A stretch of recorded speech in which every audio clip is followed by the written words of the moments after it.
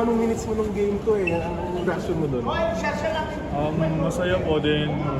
Nagulat din kasi ako yung binulot ni Coach Tim compare sa ibang teammates ko. Hindi ko rin po na-expect. Kumbaga, nagulat lang talaga ako din. Yun, naglaro na lang ako ng...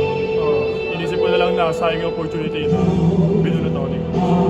Nakascore ka rin nung mga last 2 minutes banda eh. Ano lang masasabi mo? Although nag-miss ka rin yung dulo eh. Ano lang masasabi mo doon sa binibigay rin sa'yo yung bola ni Brownlee to yung mga teammates mo?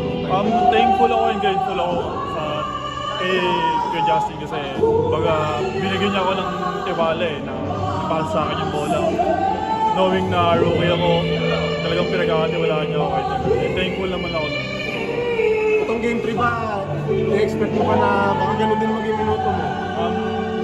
Meron expectation. Pero yun, always ready lang kung anong ibigay ni Coach Tim. Yun lang. Jan, kumusta yung experience na makalaro sa Ginebra and then playing the finals kasi nung NC yata hindi ka naka-finals eh, no? Opo. So ngayon naka-experience ka. Ngayon, kabado din, super saya kasi Ginebra pa, alam naman natin yung fans ng Ginebra, sobrang laki din.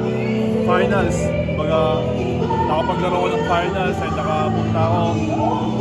Super saya, super grateful. Malaking tulong ba na pagpasok mo ng PBA kasama mo si Coach Olsen na coach mo sa Perpetual? Yes po, malaking tulong sa akin kasi yung tinatakbo namin na sistema sa Perpetual, lalo na sa defense, almost same lang yun. So, konti lang yung in-adjust ko dyan sa pagdating din sa 11. Thank you, Jan. Jan, thank you.